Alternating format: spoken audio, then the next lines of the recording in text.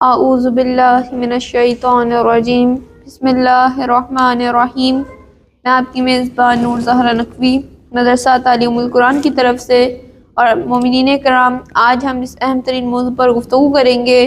وہ موضوع یتیم کے احکام ہیں، اور اس موضوع کے متعلق آج ہمارا پارٹ 2 ہے۔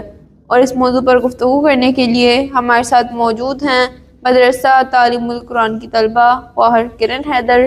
جی خواہر، السلام علیکم ورحمۃ اللہ وبرکاتہ۔ وعلیکم السلام ورحمۃ اللہ وبرکاتہ۔ خواہر، میں نے جیسا کہ بتایا کہ آج ہم یتیم کے احکام پر گفتگو کریں گے، تو میرا آپ سے سب سے پہلا سوال یہی ہے کہ آپ بتائیے گا کہ یتیم کسے کہتے ہیں؟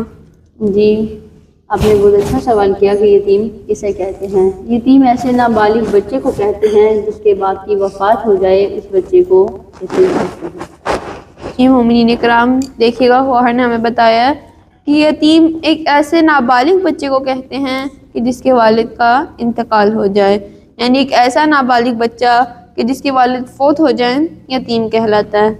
تو مومنین کرام، آئیے ہم خواہر سے اپنا اگلا سوال کرتے ہیں۔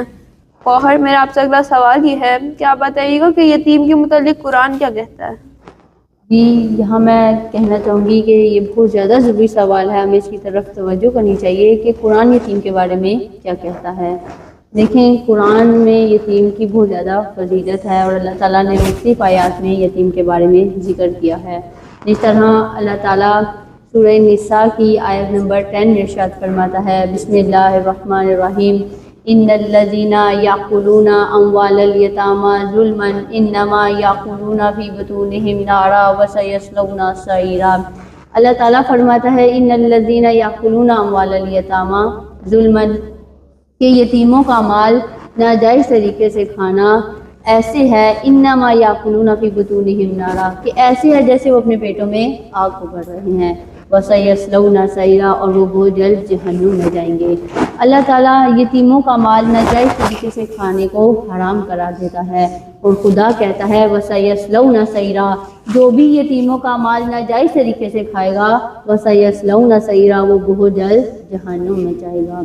اگر آپ کی یہاں اجازت ہو تو میں ایک بات عرض کرنا چاہوں گی کہ نہ تنہا یتیموں کا مال ناجائز طریقے سے کھانا حرام ہے، بلکہ یتیم کا مال تبدیل کرنا یا یتیم کے مال کو اپنے مال میں ملا کر کھانا بھی حرام ہے۔ جی مومنین کرام، جیسا کہ آپ نے سنا، خواہر نے ہمیں کتنی اچھی آیت سے آشنا کی ہے کہ خداوند متعال یتیم کے مال کو اس طرح سے بیان کرے کہ جو بھی یتیم کا مال کھاتا ہے وہ اس طرح ہے کہ جیسے اپنے پیٹوں میں آگ کو بھر رہا ہے، اور جو شخص بھی یتیم کا مال کھائے گا ناجائز طریقے سے تو وہ ضرور بضرور جہنم میں جائے گا۔ اور خواہر نے جیسے کہ بتایا کہ نہ صرف یتیم کا مال کھانا حرام ہے، بلکہ یتیم کے مال کو بدلنا بھی حرام ہے۔ تو خواہر، یہاں میں آپ سے سوال کرنا چاہوں گی کہ کیا قرآن مجید میں یتیم کے مال کو بدلنے کے متعلق کچھ آیت ہے کوئی؟ جی بالکل، اللہ تعالیٰ سورہ نساء کی آیت نمبر 2 میں ارشاد فرماتا ہے، وَآتُوا الْيَتَامَىٰ أَمْوَالَهُمْ وَلَا تَتَبَدَّلُوا الْخَبِيثَ بِالطَّيِّبِ وَلَا تَأْكُلُوا أَمْوَالَهُمْ إِلَىٰ أَمْوَالِكُمْ إِنَّهُ كَانَ حُبًّا كَبِيرًا۔ پروردگار عالم فرماتا ہے، وَآتُوا الْيَتَامَىٰ أَمْوَالَهُمْ، کہ یتیموں کا مال ان کو واپس کر دو، وَلَا تَتَبَدَّلُوا الْخَبِيثَ بِالطَّيِّبِ، اور اپنے گھٹیا مال کو ان کے پاکیزہ مال کے ساتھ تبدیل نہ کرو، وَلَا تَأْكُلُوا أَمْوَالَهُمْ إِلَىٰ أَمْوَالِكُمْ، اور نہ ہی ان یتیموں کے مال کو اپنے مال میں ملا کر کھاؤ، إِنَّهُ كَانَ حُبًّا كَبِيرًا، کیونکہ یہ بہت بڑا گناہ ہے، یہ گناہان کبیرہ میں شامل ہے۔ دیکھیں مومنین کرام، پروردگار عالم فرماتا ہے، سب سے پہلے فرماتا ہے کہ نہ تنہا یتیم کے مال کو ناجائز طریقے سے کھانا حرام ہے، بلکہ یتیم کے مال میں ذرا سی تبدیلی کرنا، یتیم کے مال کو تبدیل کرنا یا یتیم کے مال کو اپنے مال میں ملا کر کھانا بھی حرام ہے، اور یہ گناہان کبیرہ میں شامل ہے۔ یہ مومنین کرام، خواہر نے ہمیں بتایا ہے، قرآن مجید کی آیت سے آشنا کی ہے کہ کس طرح سے قرآن مجید میں اللہ تعالیٰ بیان کرتا ہے کہ یتیم کے مال کو اپنے مال کے ساتھ ملا کر کھانا بھی حرام ہے، اور یتیم کے مال کو بدلنا بھی حرام ہے۔ تو ہم سب کو چاہیے کہ جو بھی یتیم کی کفالت کر رہا ہے وہ یتیم کے مال کے احکام پر غور کرے اور دھیان رکھے ان باتوں کا، تو آئیے مومنین کرام ہم خواہر سے اپنا اگلا سوال کرتے ہیں۔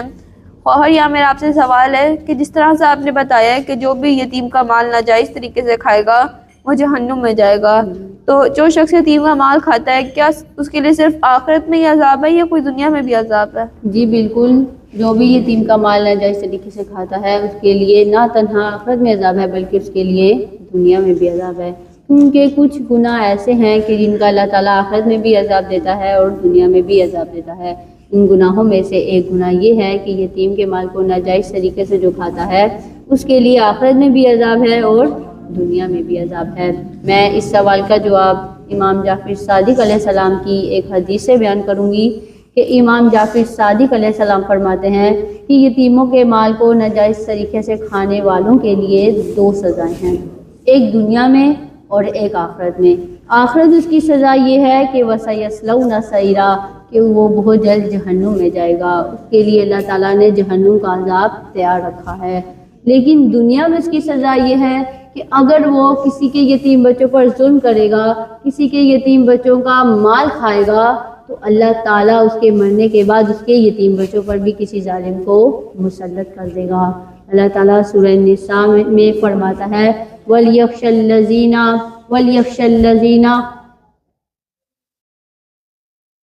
لَوْ تَرَكُوا مِنْ خَلْفِهِمْ ذُرِّيَّةً ضِعَافًا خَافُوا عَلَيْهِمْ فَلْيَتَّقُوا اللَّهَ وَلْيَقُولُوا قَوْلًا سَدِيدًا۔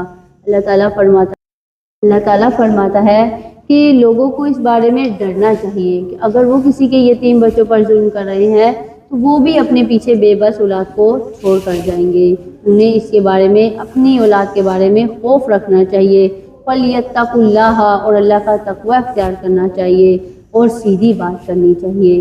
اس آیت میں اللہ تعالیٰ فرماتا ہے کہ جو بھی کسی کے یتیم بچوں پر ظلم کر رہا ہے یا یتیم بچوں کا مال ناجائز طریقے سے کھا رہا ہے، اسے اپنی اولاد کے بارے میں بھی فکر مند ہونا چاہیے کہ کیا کل کو جب وہ اپنی اولاد اس دنیا میں چھوڑ کر جائیں گے، کیا وہ بھی اپنی اولاد کے ساتھ ایسا ہی سلوک کروانا چاہتے ہیں یا وہ بھی پسند کرتے ہیں کہ ان کی اولاد کے ساتھ بھی ایسا سلوک ہو۔ تو اللہ تعالیٰ فرماتا ہے کہ انہیں اپنی اولاد کے لیے فکر مند ہونا چاہیے، ڈرنا چاہیے، کیونکہ اللہ تعالیٰ فرماتا ہے وَمَا أَصَابَكُم مِّن مُّصِيبَةٍ فَبِمَا كَسَبَتْ أَيْدِيكُمْ وَيَعْفُو عَن كَثِيرٍ، کہ انسان پر جو بھی مشکلات آتی ہیں، جو بھی مصائب آتے ہیں، جن بھی مشکلات کا سامنا کرنا پڑتا ہے، وہ انسان کے خود اپنے ہاتھوں کا نتیجہ ہے، وہ انسان کے خود اپنے عمل کا نتیجہ ہے۔ یعنی انسان پر جو بھی مشکلات آتی ہیں، جو بھی مصیبتیں آتی ہیں، وہ انسان کے اپنے عمل کا نتیجہ ہیں۔ اس لیے ہمیں چاہیے کہ یتیموں کے ساتھ اچھا سلوک کرنا چاہیے، یتیموں کے ساتھ حسن سلوک کرنا چاہیے اور ان کے مال کی حفاظت کرنی چاہیے۔ اور آپ نے ہمارے سامنے بہت اچھی آیت بیان کی ہے۔ مومنین کرام، اس سے ہمیں پتہ ہی چلتا ہے کہ جو بھی یتیم کا مال ناجائز طریقے سے کھاتا ہے اس کو دنیا میں بھی خدا عذاب دیتا ہے اور آخرت میں بھی عذاب دیتا ہے۔ آخرت میں عذاب یہ ہے کہ وہ جہنم میں جائے گا، اور دنیا میں عذاب یہ ہے کہ جب وہ مرے گا تو جس طرح سے اس نے دوسروں کے یتیموں کے ساتھ برا سلوک کیا، بالکل اسی طرح سے اس کے یتیموں کے ساتھ بھی کوئی ظالم برا سلوک کرے گا۔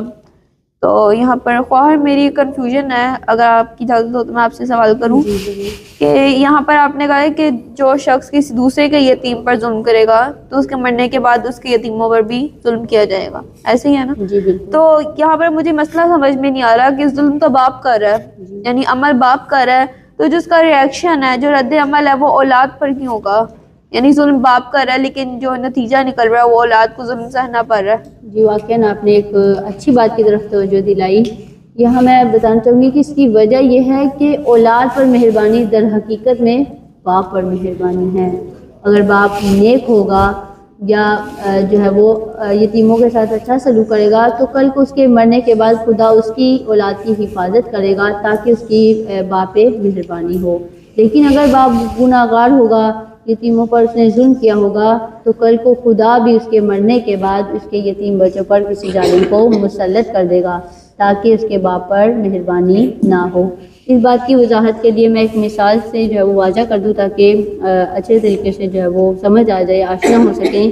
میں مثال دینا چاہوں گی کہ جیسے اگر ایک باپ ہے، اگر وہ دن رات محنت کرے گا، کمائے گا، پیسے کمائے گا، تو باپ عمل کر رہا ہے، کام باپ کر رہا ہے، لیکن اس کا فائدہ کس کو ہوگا؟ اس کی اولاد کو، یعنی اس کی اولاد جو ہے وہ آسائشوں میں رہے گی، اپنی ضروریات آسانی سے پوری کر سکے گی۔ لیکن اگر باپ کاہلی کرے گا، سستی کرے گا، کام پہ نہیں جائے گا، اب عمل باپ کر رہا ہے، کام باپ کر رہا ہے، یعنی سستی کر رہا ہے، کام پہ نہیں جا رہا، پیسے نہیں کما رہا، تو مشکلات کا سامنا اس کی اولاد کو کرنا پڑے گا، مصائب کا سامنا اس کی اولاد کو کرنا پڑے گا۔ اسی طرح اگر کوئی کسی کے یتیم بچوں پر ظلم کرے گا تو خدا اس وجہ سے اس کے یتیم بچوں پر کسی ظالم کو مسلط کرتا ہے تاکہ اس کے باپ پر مہربانی نہ ہو، اور یہ در حقیقت میں اولاد کا امتحان ہے۔ جی آپ نے بہت اچھی مثال سے ہمیں واضح کیا ہے، باقی اس بات کی پوری سمجھ آ گئی ہے، میں آپ کو شکر گزار ہوں۔ تو مومنین کرام، جیسا کہ خواہر نے بتایا کہ دراصل میں اولاد کی حفاظت اور اللہ تعالیٰ جو اولاد کو ہمیشہ حفاظت میں اپنی رکھتا ہے، یہ دراصل میں ایک باپ پر مہربانی ہوتی ہے، اور ایک باپ پر مہربانی جب اللہ تعالیٰ اٹھا لیتا ہے تو یہ ہے کہ اللہ تعالیٰ اس کی اولاد کی حفاظت نہیں کرتا۔ جس طرح سے جو شخص دوسروں کے یتیموں کے ساتھ ظلم کرتا ہے تو خدا اس کے اوپر سے اپنی مہربانی اٹھا لیتا ہے اور اس کے یتیم بچوں پر بھی کسی ظالم کو مقرر کر دیتا ہے۔ اور اس کی وجہ یہی ہے کہ اگرچہ یہ باپ کے عمل کا نتیجہ ہے لیکن یہ اولاد کا امتحان ہے، کیونکہ دیکھا جائے تو یہ دنیا ایک گزرگاہ ہے اور یہاں پر اللہ تعالیٰ نے سب سے امتحان لینا ہے۔ اب کسی پر کسی ظالم کو مقرر کر کے خدا امتحان لے لیتا ہے، کسی کو آسائشوں سے دور رکھ کر امتحان لے لیتا ہے، کسی کو نعمتیں دے کر امتحان لے لیتا ہے۔ بالکل اسی طرح سے جب کسی یتیم پر کوئی ظالم مقرر ہوتا ہے تو یہ دراصل میں خداوند عالم کا امتحان ہے۔ اس کا مطلب یہ نہیں ہے کہ اولاد کی کوئی غلطی ہے، اولاد تو معصوم ہے لیکن یہ اس کا امتحان ہے، اگرچہ یہ باپ کے عمل کا نتیجہ ہے۔ تو مومنین کرام، آئیے اب ہم خواہر سے اپنا آخری سوال کرتے ہیں۔ خواہر، میرا آپ سے آخری سوال یہ ہے کہ یتیم کے متعلق احادیث کیا کہتی ہیں؟ جی، احادیث میں ہمیں یتیم کے بارے میں بہت کچھ ملتا ہے، جس طرح سے امام جعفر صادق علیہ السلام فرماتے ہیں کہ یتیم کا مال ناجائز طریقے سے کھانا حرام ہے اور یہ گناہان کبیرہ ہے۔ اسی طرح امام محمد باقر علیہ السلام رسول خدا صلی اللہ علیہ وآلہ وسلم سے روایت بیان کرتے ہیں کہ رسول خدا صلی اللہ علیہ وآلہ وسلم فرماتے ہیں کہ قیامت کے دن کچھ لوگ اس طرح سے آئیں گے کہ جن کے منہ سے آگ نکل رہی ہوگی۔ لوگ رسول خدا سے پوچھیں گے کہ اے اللہ کے رسول، یہ کون لوگ ہیں؟ تو رسول خدا صلی اللہ علیہ وآلہ وسلم فرمائیں گے کہ یہ وہ لوگ ہیں جنہوں نے یتیموں کا مال ناجائز طریقے سے کھایا۔ اسی طرح رسول خدا صلی اللہ علیہ وآلہ وسلم فرماتے ہیں کہ میں نے معراج میں کچھ ایسے لوگوں کو دیکھا کہ جن کے پیٹوں میں آگ بھری ہوئی تھی۔ میں نے جبرائیل سے پوچھا کہ جبرائیل، یہ کون لوگ ہیں؟ تو جبرائیل نے کہا یا رسول اللہ، یہ وہ لوگ ہیں جنہوں نے دنیا میں یتیموں کے مال کو ناجائز طریقے سے کھایا اور ان پر ظلم کیا۔ اسی طرح ایک اور رسول خدا صلی اللہ علیہ وآلہ وسلم سے ایک اور حدیث ہے، وہ میں بتانا چاہوں گی اگر آپ کی اجازت ہو۔ رسول خدا صلی اللہ علیہ وآلہ وسلم فرماتے ہیں کہ جب ملک الموت کسی کافر کی روح قبض کرنے آتا ہے تو وہ اپنے ساتھ آگ کی ایک چھڑی لاتا ہے، اس آگ کی چھڑی سے وہ اس کی روح کو قبض کرتا ہے۔ تو امیر المومنین مولا کائنات مطلوب کل طالب مولا علی علیہ السلام فرماتے ہیں کہ یا رسول اللہ، کہ آپ کی امت میں بھی کچھ ایسے گروہ ہوں گے کہ جن کی روح اس طرح سے قبض کی جائے گی؟ تو رسول خدا صلی اللہ علیہ وآلہ وسلم فرماتے ہیں کہ جی، میری امت میں بھی کچھ گروہ ایسے ہیں کہ جن کی روح اس طرح سے قبض ہوگی۔ وہ 3 گروہ ہیں، جن میں سب سے پہلا ظلم کرنے والا گروہ، دوسرا جھوٹی گواہی دینے والا، اور تیسرا یتیموں کا مال ناجائز طریقے سے کھانے والا۔ یعنی یہ 3 گروہ ایسے ہیں کہ جن کی روح اس طرح سے قبض ہوگی۔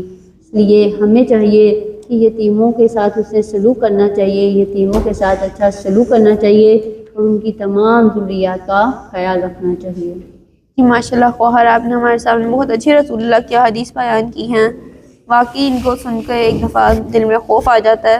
اور مومنین کرام، جیسا کہ آپ نے سنا کہ رسول اللہ کی حدیث اور ائمہ اطہار کی حدیث سے ہمیں پتہ ہی چلتا ہے کہ یتیم کا مال کھانا ایک بہت زیادہ بھرا گناہ ہے اور اس کا انجام بھی بہت برا ہے۔